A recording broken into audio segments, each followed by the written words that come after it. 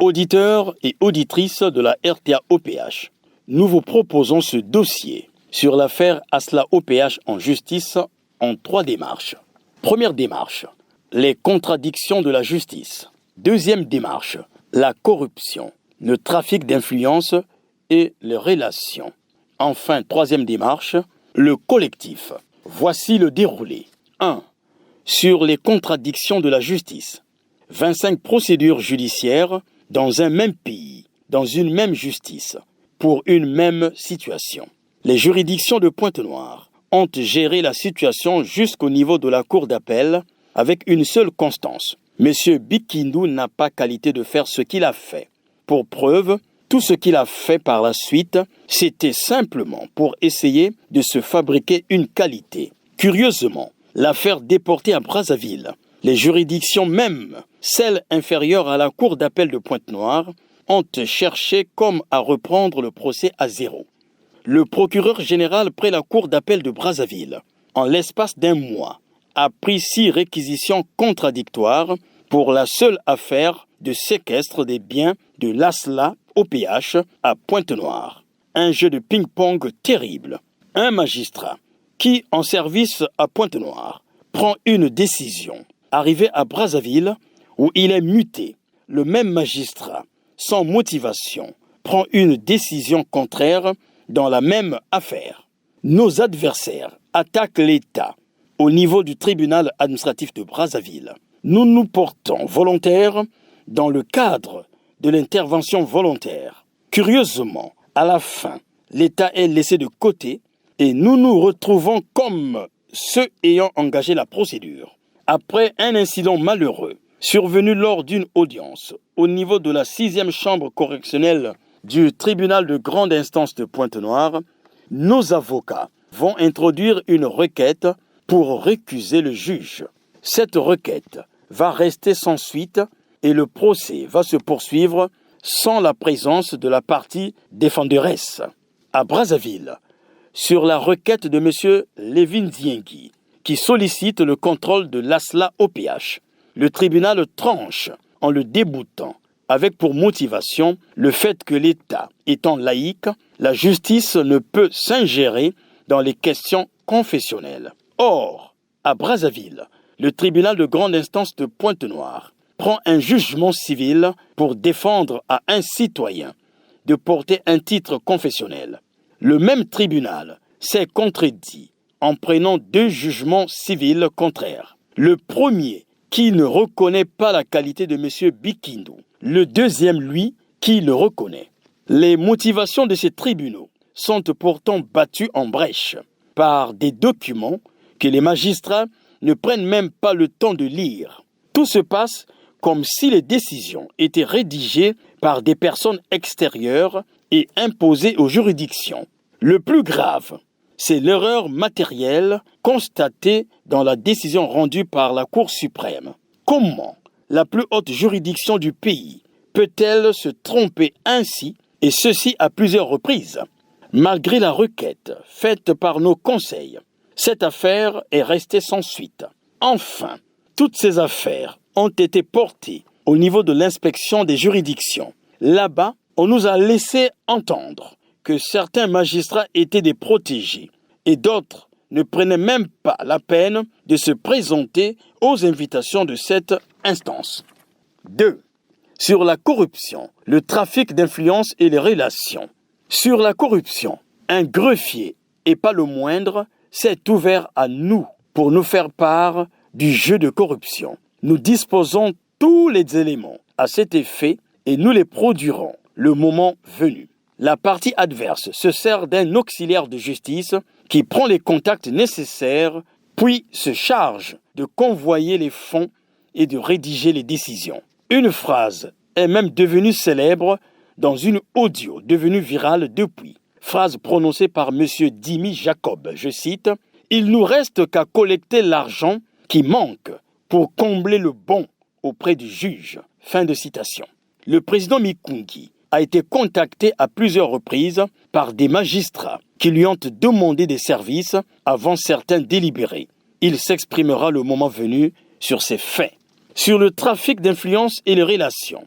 Ici, Une vidéo devenue elle aussi virale montre un individu se présentant à la fois comme un conseiller du chef de l'État et membre d'une grande famille qui, outre les menaces proférées contre un citoyen, révèle aux yeux de tous le fait qu'il aurait fait des injonctions à un magistrat et pas des moindres, un président d'une cour d'appel. À plusieurs reprises, la partie adverse a profité des amitiés, des relations dans les juridictions, dans les administrations, pour nuire aux activités de l'ASLA OPH, récépissé 884/83.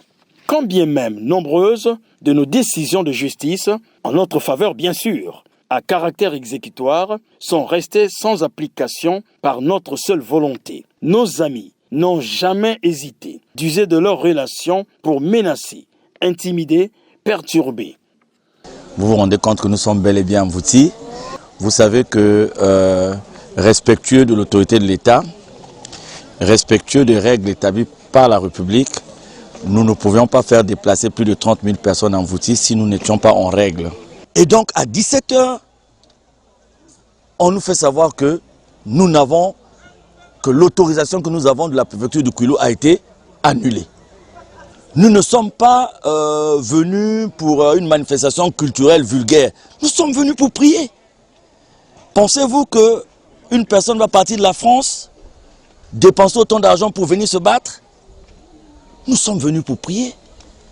Et voilà que, en un laps de temps, on a voulu nous faire passer pour des criminels, on a voulu nous faire passer pour des bandits. Certains sont venus à des maladies, il y a des malades qui cherchent la guérison.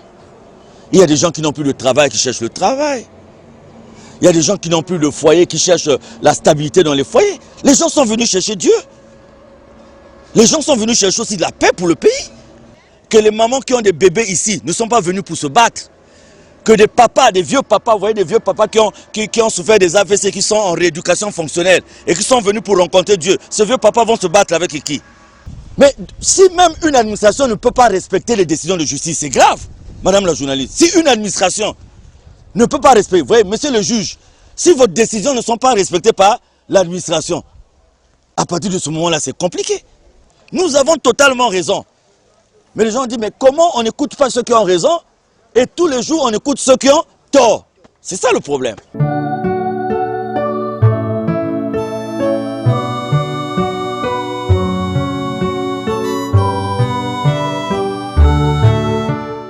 Lorsque l'on sait pertinemment que toutes ces personnes mentent, font des fiches calomnieuses, comment ne pas comprendre qu'elles ne soient pas soutenues quelque part? Imaginez un seul instant que si c'était M. Mikungi qui avait proféré ces menaces ou qui avait fait état des injonctions devant un magistrat. 3. Sur le collectif. Aujourd'hui, tout a été démontré sur le faux et usage de faux qui caractérise toutes les actions de ces gens-là. La décision de Madingou n'émane pas de Guy-Émile Loufoua Seti-Kouabo. La décision d'acquérir le récépissé 004/15 n'émane pas de Guy-Émile Loufoua Seti-Kouabo. La décision de changer les textes fondamentaux, statuts et règlements intérieurs n'émane pas de Guy-Émile Loufoua Seti-Kouabo. Le fait d'engager l'ASLA OPH auprès des tribunaux n'émane pas de Guy-Émile Loufoua Seti-Kouabo. Or, ce sont là les principales actions ayant pour but de déstabiliser et la prise de contrôle de notre association. M. Bikindu l'a dit, M. Loufoua Dalvi l'a confirmé, et tout le monde le sait. Depuis le 15 octobre 2008, Guy-Émile Loufoua Seti-Kouabo n'a plus jamais été en contact physique avec qui que ce soit. Face aux dysfonctionnements créés par l'aile Bikindu Bisombolo, et notamment leur démission devant le récépissé 884/83, les associés, sur la base de la loi de 1901, se sont organisés en collectif en consignant un mandat notarié à M.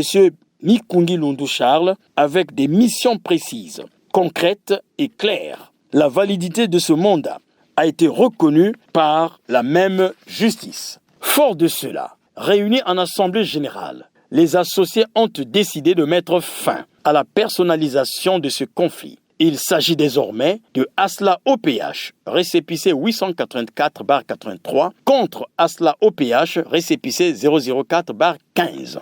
Ainsi, pour suivre Charles Mikungi Lundu, seul dans toute affaire à ce conflit est nul et de nul effet. Ainsi, les biens meubles et immeubles ne sont pas gérés par M. Mikungi Lundu Charles et ne sont pas en sa possession. Ils sont les biens meubles et immeubles de l'association gérée par le collectif. Aujourd'hui, par notification d'un huissier de justice, M. Bikindu a été sommé de produire tous les supports prouvant le mandat reçu par lui de Guy-Émile Loufoua-Seti-Kouabo. À ce jour donc, il n'a pas été capable de le faire. Désormais donc, tant que la situation restera de la sorte, nous ne nous présenterons plus nulle part pour répondre sur une action posée par M. Bikindu au nom du président fondateur. Début juillet, si les mesures dans le cadre de la riposte contre la Covid-19 le permettent, tous les frères et sœurs des monts Ararat du Congo et du monde entier se rendront à Kiboussi, siège social de notre association.